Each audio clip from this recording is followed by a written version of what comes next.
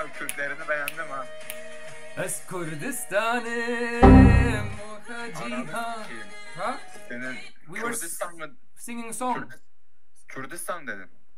Huh? Kürdistan mı dedin? Orospu evladı. What's the problem? It's dance, dance. Kürt şarkı no. What? Amına kodumun çocuğu seni. No, wait. Wait. Zengin orospu Yes, evladı. done. Bir dakika. Oğlum bu Kefakan şarkısı mı amına koyayım?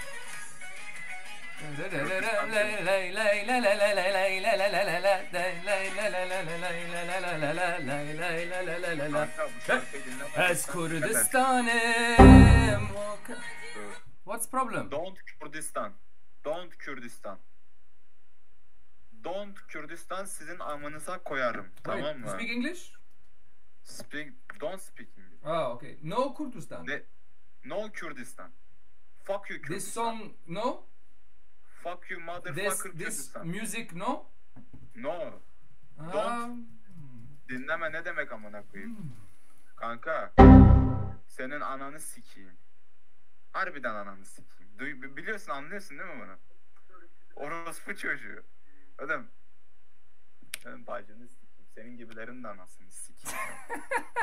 Tamam amına koyayım ya. Why are you so angry? Stop. Ya sus ananı bacını Look, we were singing a song. Me, you dance, sing, no problem. You hit No. Kurdistan. Why? Kerim Kürdistan'ını. Fuck you Kürdistan. No, fuck you Kurdistan. Kurdistan, good. Kurdistan fuck you motherfucker Kürdistan. No.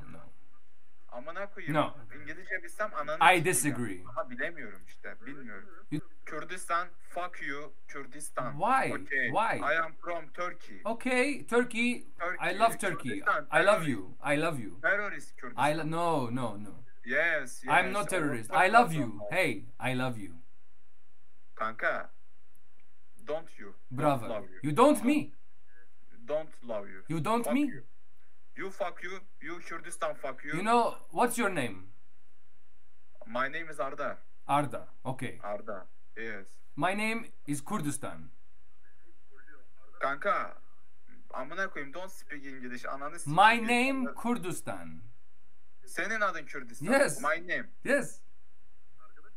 Oğlum ne diyorsun lan? Passport Kurdistan. Vay amına koyayım. I'm Kurdish.